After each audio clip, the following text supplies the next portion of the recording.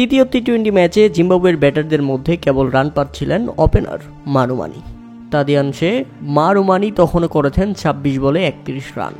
এমন সময় part time বলার হিসেবে বোলিং করতে আসেন মাহমুদুল্লাহ রিয়াদ। বলাররা উইকেট পাচ্ছিলেন, ইতিমধ্যে ৪ উইকেট তুলে নিয়েছেন, কেননা এর আগেই সিকান্দর রাজাকে ফিরিয়ে রিশাদ হোসেন জিম্বাবুয়ের ডেরায় ৪ নম্বর আঘাতটি হেনেছেন। আর এরপরেই পার্ট টাইম বলার হিসেবে আসেন মাহমুদুল্লাহ রিয়াদ। আর মাহমুদুল্লাহ রিয়াদকে পার্ট টাইম বলার হিসেবে দেখে কিছুটা মামু বলার মনে করেছিলেন মারুমানি। তাই তো মাহমুদুল্লাহকে এগিয়ে মারতে গেলেন এবং সাইফুদ্দিনের দারুণ ক্যাচ ধরার পর সাইফুদ্দিনের হাসি, মাহমুদুল্লাহ রিয়াদের উদযাপন নেই, মুখে শুধু হাসি। মাহমুদুল্লাহ রিয়াদ যে পোজ দিয়ে দাঁড়িয়েছিলেন উইকেট নেওয়ার পর, সেটা দেখে যে হা করেছিলেন মারুমানি, যেটা দেখে ব্যাপক উপভোগ করেছে ধারাভাষ্যকাররা। মাহমুদুল্লাহর মতো একজন অভিজ্ঞ বোলারকে কেউ যদি মামু বলার মনে করে, সে যে ভুল করবে এমনটাই তো স্বাভাবিক। তাই তো মাহমুদুল্লাহ রিয়াদের নীরব সেলিব্রেশন, কোমরে হাত রেখে অসাধারণ পোজ দিয়ে দাঁড়িয়ে গেলেন তিনি, যা ছিল দেখতে খুবই দৃষ্টিনন্দন। অপরদিকে তৃতীয় টি-20 ম্যাচেও ব্যাটিংয়ে নেমে আরও একবার নিজেদের দুর্দশা চোখে আঙুল দিয়ে দেখিয়ে দিল বাংলাদেশের ব্যাটাররা।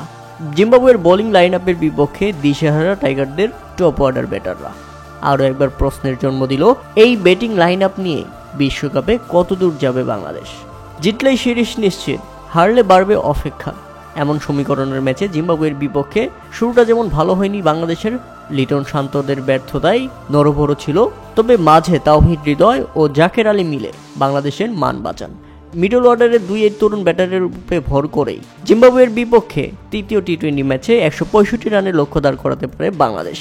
দলের হয়ে সর্বোচ্চ ৩৮ বলে ৫৭ রান করেন তাওহিদ হৃদয় এবং ৩৪ বলে ৪৪ রান করে ফেরেন জাকের আলী। আর জবাবে ব্যাটিং করতে নেমে জিম্বাবুয়ের সেই একই দশা।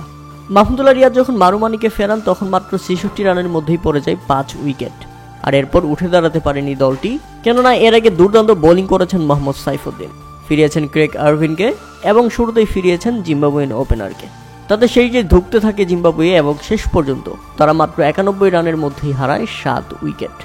অতঃপর যা হওয়ার তাই হয়েছে, শেষ পর্যন্ত জিম্বাবুয়ে থেমে যায় ১৫৬ রানে। তাতে বাংলাদেশ জয় পায় ৯ রানের। তবে জিম্বাবুয়ে হারলেও বাংলাদেশের কাঁপুনি তুলেছিল, কেননা বাংলাদেশের যখন মনে হয় এখন তারা ম্যাচ জিতে যাবে, তখন তারা ঢিলামও দেয়। আর এই ঢিলামির জন্য অনেক ম্যাচ হারতে হয়েছে বাংলাদেশকে। আজকের ম্যাচেও দেখা গেছে সেই চিত্র, তবে শেষ পর্যন্ত রক্ষা হয়েছে।